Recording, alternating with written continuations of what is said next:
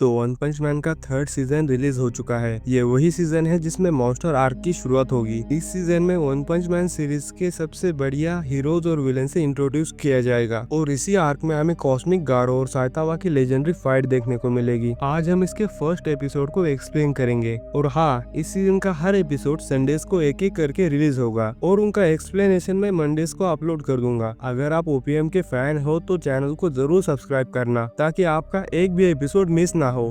तो चलिए वीडियो को स्टार्ट करते हैं। एपिसोड की शुरुआत में हम हीरो एसोसिएशन के हेडक्वार्टर्स को देखते हैं। यहाँ पर सेकेंड सीजन के एंड में जो सेंटीपीड जैसे मॉन्स्टर के साथ फाइट हुई थी उसी के बारे में मीटिंग हो रही थी। मीटिंग में हीरो एसोसिएशन के मेंबर कहते हैं कि अगर उस बड़े वाले मॉन्स्टर को समय पे नहीं रोका गया होता तो उसने पूरे शहर को तबाह कर दिया होता। ये तो शुक्र है कि किंग ने उस मॉन्स्टर को वक्त पे खत्म कर दिया, नहीं तो वो मॉन्स्टर और भी तबाही मचा सकता था। तभी दूसरा मेंबर कहता है, और उस हीरो हंटर का क्या? सिल्वर फांग और उसके भाई के पास मौका था लेकिन उन्होंने उसे मारा नहीं। अब वो भाग चुका है। गारो अब एक इंसान नहीं रहा और आपसे हम उसे मॉन्स्टर ही मानेंगे और अगर वो वापिस आया तो उसका थ्रेट लेवल ड्रैगन कर देंगे और इमरजेंसी जारी कर देंगे। वैसे भी हमारे एस क्लास हीरो गारो का आराम से सामना कर लेंगे। तभी वहाँ पर मिस्टर नारंगी आ जाता है। ये आदमी बहुत पैसे वाला है और यही हीरो एसोसिएशन को ज्यादातर फंडिंग करता है। मॉन्स्टर्स ने इसके बच्चे को किडनैप कर लिया होता है। ये हीरो एसोसिएशन वालों से कहता है कि किसी भी हालत में तुम मेरे बच्चे को बचा कर लेके आओ। तभी उसे एक मेंबर कहता है, हम आपसे प्रॉमिस करते हैं कि हम आपके बच्चे को ढूंढ लेंगे। फिलहाल हम मॉन्स्टर एसोसिएशन के बेस को ढूंढ रहे हैं लेकिन अब ज्यादा समय नहीं लगेगा, आप बस थोड़ा सब्र करो। तो नारंगी पूछता है कि तुम कौन हो? तो मेंबर कहता है कि मेरा नाम सेकिंगर है और मैं इस रेस्क्यू ऑपरेशन का लीडर हूँ। तभी वहाँ पर तात्सुमा की आ जाती है और कहती है, किस तरह का ऑपरेशन? मैं वहाँ जाकर मॉन्स्टर का पूरा बेस खत्म कर सकती हूँ और तुम लोगों को अब तक उनका बेस ही नहीं मिला। तो सेकिंगर कहता है कि चाइल्ड एम्परर अभी उसी में लगा हुआ है और जल्दी वो उनका बेस ढूंढ लेगा। अब वो लोग चाइल्ड एम्परर के पास जाते हैं। चाइल्ड एम्परर कहता है कि उस बेस को ढूंढने में हमें कम से कम 3 दिन लग जाएंगे। हमें फिलहाल बस इतना ही पता है कि मॉन्स्टर का बेस सिटी जी में है। दोस्तों, ये वही सिटी है जिसमें साइतामा रहता है और इस सिटी के सभी लोगों ने मॉन्स्टर के डर से अपनी सिटी को खाली कर दिया होता है। तात्सुमाकी के छोटे से दिमाग में एक बढ़िया सा आइडिया आता है। वो कहती है कि मैं अगर इस पूरे शहर को डिस्ट्रॉय कर दूं तो नहीं चलेगा क्या? वैसे भी यहाँ पर कोई नहीं रहता। तभी सेकिंगर उसे याद दिलाता है कि एक रेस्क्यू मिशन है और हमें नारंगी के बेटे को जिंदा रेस्क्यू करना है। ये सुनकर तात्सुमाकी चुप हो जाती है। अब सेकिंगर अपने होलोग्राम से ड्राइव नाइट को दिखाता है और कहता है कि ये कल अकेले मॉन्स्टर एसोसिएशन के बेस को ढूंढने के लिए निकल गया था और अभी इसका कोई पता नहीं। तो डार्कशाइन कहता है कि वो आखिर अकेला गया है क्यों? तो सेकिंगर कहता है कि ड्राइव नाइट ने अभी तक एक भी लड़ाई नहीं हारी लेकिन शायद अब वो एक लड़ाई हार चुका है। तो तात्सुमाकी कहते हैं कि क्या ही फर्क पड़ता है, अब बचा ही कौन है, जल्दी से सबको इकट्ठा करो। तभी वहाँ पर एटॉमिक सामुराई भी आ जाता है और कहता है कि अब हम किस चीज का इंतजार कर रहे हैं? उन्होंने एक बच्चे को पकड़ लिया है और हमारे पास ज्यादा वक्त भी नहीं है। तभी डार्कशाइन उससे पूछता है कि अभी तक तुम कहाँ पर थे एटॉमिक सामुराई? तो एटॉमिक सामुराई कहता है कि हम पहाड़ों और गुफा में मॉन्स्टर्स के बेस को ढूंढ रहे थे और मॉन्स्टर्स को मार रहे थे लेकिन अभी तक हमें उनका कोई बेस ही नहीं मिला। तो डार्कशाइन कहता है, मिलेगा भी कैसे, उनका बेस तो घोस्ट टाउन में है। तो सामुराई कहता है, सच में? तब तो हमें एकदम से हमला करना पड़ेगा। अब यहाँ पर मिस्टीरियस हीरो अमाईमास भी आ जाता है और कहता है, मुझे लगा था कि डिफेंस टीम छोटी होगी जिसमें काबिल और पावरफुल हीरोज होंगे और ये कोई पिकनिक नहीं है एटॉमिक सामुराई जो तुम यहाँ पर अपने चेलों को भी ले आए। तो एटॉमिक सामुराई पूछता है, तुम भी इस टीम में हो क्या अमाईमास? तो अमाईमास कहता है कि हाँ, नहीं तो क्या, मॉन्स्टर्स ने मेरे कॉन्सर्ट को खराब कर दिया। तो एटॉमिक सामुराई कहता है कि कोई बात नहीं, क्योंकि मेरे डिसाइपल्स काफी कमाल के हैं, मैं उन्हें बोल दूंगा कि तुम्हें बचा कर रखे। तो अमाईमास बोलता है कि परेशानी, शायद तुम मेरे काबिलियत पर शक कर रहे हो। वैसे मैं क्लास ए हूँ लेकिन ऐसा इसलिए क्योंकि ये मैं चाहता हूँ और मैं जब चाहे तब एस क्लास में आ सकता हूँ। तो ये बात एक बच्चे को भी समझ आ जाएगी कि मैं तुमसे कितना ताकतवर हूँ। अमाईमास की बातें सुनकर एटॉमिक सामुराई का ईगो हर्ट हो जाता है लेकिन उसके स्टूडेंट्स उसे संभाल लेते हैं। अगले सीन में हम पूरी प्रिजनर को देखते हैं जो अपने जेल के वार्डन से कहता है, जब भी मैं जेल की दीवार तोड़ के भागता हूँ तो जेल का बड़ा नुकसान हो जाता है, तो क्या मैं इस बार सामने वाले दरवाजे से जा सकता हूँ? तभी वार्डन कहता है कि मैंने किसी हीरो को बाकी कैदियों से अलग ट्रीटमेंट नहीं दी लेकिन आज ऐसा नहीं होगा। कल एक कैट जैसी दिखने वाली मॉन्स्टर ने हमारे जेल पे हमला किया और हमारे कैदियों को मॉन्स्टर बना के अपने साथ ले गई। बहुत सारे ऑफिसर्स ने जवाबी हमला किया और मारे गए। तुम एक हीरो हो और इन सब कैदियों के बॉस भी। जाओ जाके हमारा बदला लो। तो पूरी प्रिजनर कहता है कि ये सब आप मुझ पे छोड़ दो और ऐसा कह के वो जाने लगता है। तभी पीछे से एक प्रिजनर आता है। उसने पूरी प्रिजनर के लिए एक स्वेटर बनाया हुआ होता है। पूरी प्रिजनर उस स्वेटर को ले लेता है और कहता है कि इससे मेरी हिम्मत बढ़ेगी, शुक्रिया। और ऐसा कह के वो जेल से चला जाता है। अगले सीन में हम चाइल्ड एम्परर को देखते हैं। वो मेटल नाइट से कांटेक्ट करता है और कहता है कि तुम कहाँ पर हो। तो मेटल नाइट कहता है कि फिलहाल मैं तुम्हें मेरी लोकेशन के बारे में नहीं बता सकता। तो चाइल्ड एम्परर कहता है कि मुझे लगता है मैं मेरा वक्त बर्बाद कर रहा हूँ। अगर तुम्हें मॉन्स्टर का बेस पहले से ही मिल गया था तो टाइम पास क्यों कर रहे हो, बता दो ना मुझे वो सब कहाँ पर है। तो मेटल नाइट कहता है कि वो जगह बहुत ही खतरनाक है, अगर तुम वहाँ पर जाओगे तो जरूर मरोगे। तो चाइल्ड एम्परर कहता है कि तुम ही वहाँ क्यों नहीं चले जाते और तुम्हारे मेटल बॉडी का क्या हुआ। तभी मेटल नाइट कहता है कि मेरी मॉन्स्टर्स के बॉस उरुची से फाइट हुई थी और पता नहीं कैसे उसने मेरे पूरे आर्मर को खत्म कर दिया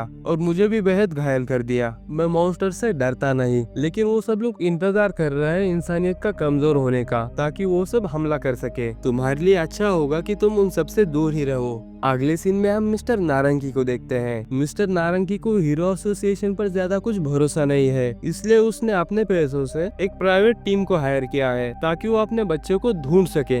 नेक्स्ट सीन में हम ब्लिजर्ड को देखते हैं। पिछले सीजन में तात्सुमाकी ने ब्लिजर्ड गैंग को अच्छी तरह से पीट दिया था, इस वजह से अब ब्लिजर्ड गैंग टूट चुका है। अब ब्लिजर्ड चाहती है कि अब वो साइतामा के अपार्टमेंट को अपने ब्लिजर्ड ग्रुप का एक सीक्रेट हाइडआउट बना ले। इस बारे में बात करने के लिए वो साइतामा के अपार्टमेंट चली जाती है, लेकिन साइतामा के अपार्टमेंट का दरवाजा सिल्वर फैंग का बड़ा भाई बॉम्ब खोलता है और जब वो अंदर जाती है अपने सामने का नजारा देखकर उसके पसीने छूट जाते हैं, क्योंकि किंग और जेनोस के बारे में तो पहले से जानती थी। लेकिन वो पूछती है कि S class hero silver fang यहाँ पर क्या कर रहे हैं। तो फ्रेंड्स, पिछले सीजन में गारो और सेंटीपीड मॉन्स्टर के साथ लड़ने के बाद ये सब लोग थक गए थे, तो ये साइतामा के अपार्टमेंट पर रेस्ट करने के लिए आए होते हैं। सिल्वर फैंग सो रहा है, किंग और साइतामा गेम्स खेल रहे हैं और जेनोस अपने पार्ट्स को रिपेयर कर रहा है। तो जेनोस ब्लिजर्ड से कहता है कि तुम यहाँ पर क्यों आए हो, मास्टर साइतामा आपको अपना स्टूडेंट नहीं बनाना चाहते। साइतामा भी कहता है कि हाँ भाई, क्यों आए हो तुम यहाँ पर, तुम्हारे यहाँ पे कोई काम नहीं है। तो ब्लिजर्ड कहती है तुम्हें पता भी है बाहर क्या आतंक मचा हुआ है, हमें मॉन्स्टर एसोसिएशन से बहुत बड़ा खतरा है और तुम लोग यहाँ पर गेम खेलने में लगे हुए हो। तो साइतामा कहता है तुम चिल्ला क्यों रहे हो, मैं थोड़ा टाइम पास ही तो कर रहा था। तभी जेनोस भी कहता है कि मास्टर बिल्कुल सही कह रहे हैं, हमने अभी एक बहुत बड़ी लड़ाई लड़ी है और हमें इस वक्त आराम की बहुत सख्त जरूरत है। सिल्वर फैंग कहता है कि मेरी भी पीठ में बहुत ज्यादा दर्द है और बॉम्ब के भी घुटनों में दर्द हो रहा होता है, क्योंकि उसने काफी दिनों बाद लड़ाई लड़ी थी।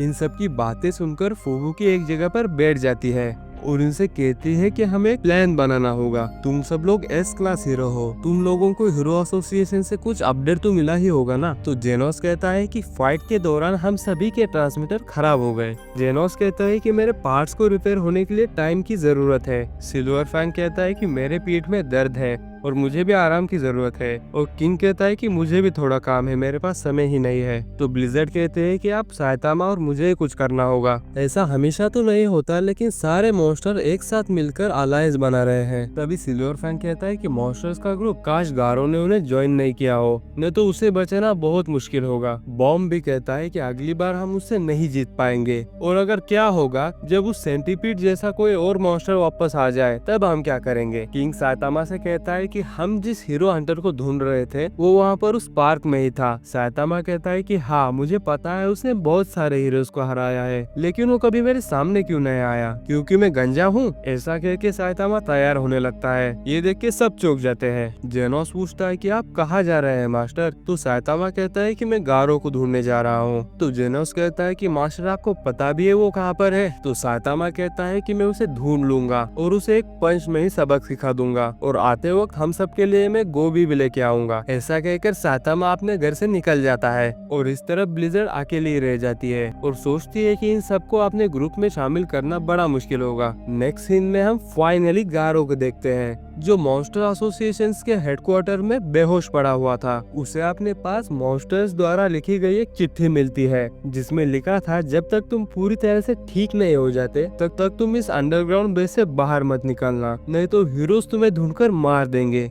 गारो उस चिट्ठी को फेंक देता है। गारो को अपने रूम के बाहर से कुछ अजीब आवाज आ रही थी। इस वजह से गारो अपने कपड़े पहन लेता है और लंगड़ाते हुए अपने रूम से बाहर निकलता है। वो अपने मन में उसके और सिल्वर फैंग के बीच जो पिछले सीजन में लड़ाई हुई थी उसी के बारे में सोच रहा था। अब फाइनली गारो उस जगह पर पहुंच गया था। मॉन्स्टर्स ने मिस्टर नारंगी द्वारा बनाई गई प्राइवेट टीम को पकड़ लिया था। वो सब लोग मॉन्स्टर से माफी मांग रहे थे और कह रहे थे कि प्लीज हमें छोड़ दो, हम वापस यहाँ पर कभी नहीं आएंगे। तभी वहाँ पर एक मॉन्स्टर आके इन सबको अपना गुलाम बना लेती है। इस मॉन्स्टर को हमने पिछले सीजन में भी देखा था। इस जगह पर ढेर सारे मॉन्स्टर थे जैसे कि royal ripper, machine God G5, monsters का लीडर गेरो गेरो और मॉन्स्टर्स का किंग उरुची। इन सब के मीटिंग के दौरान गारो भी इनके सामने आ जाता है। सारे मॉन्स्टर्स गुस्सा हो जाते हैं और कहते हैं कि ये इंसान हमारे सामने क्या कर रहा है, इसे मार दो। तभी गेरो गेरो सामने आता है और इन सब से कहता है कि ये इंसान भी हीरो से नफरत करता है और यह हमारी मदद कर सकता है। तभी मॉन्स्टर किंग उरुची कहता है कि इस इंसान को अपने आप को साबित करने के लिए एक हीरो का सर लाना होगा। ये सब सुन के गारो इस जगह से निकल जाता है और मॉन्स्टर किंग उरुची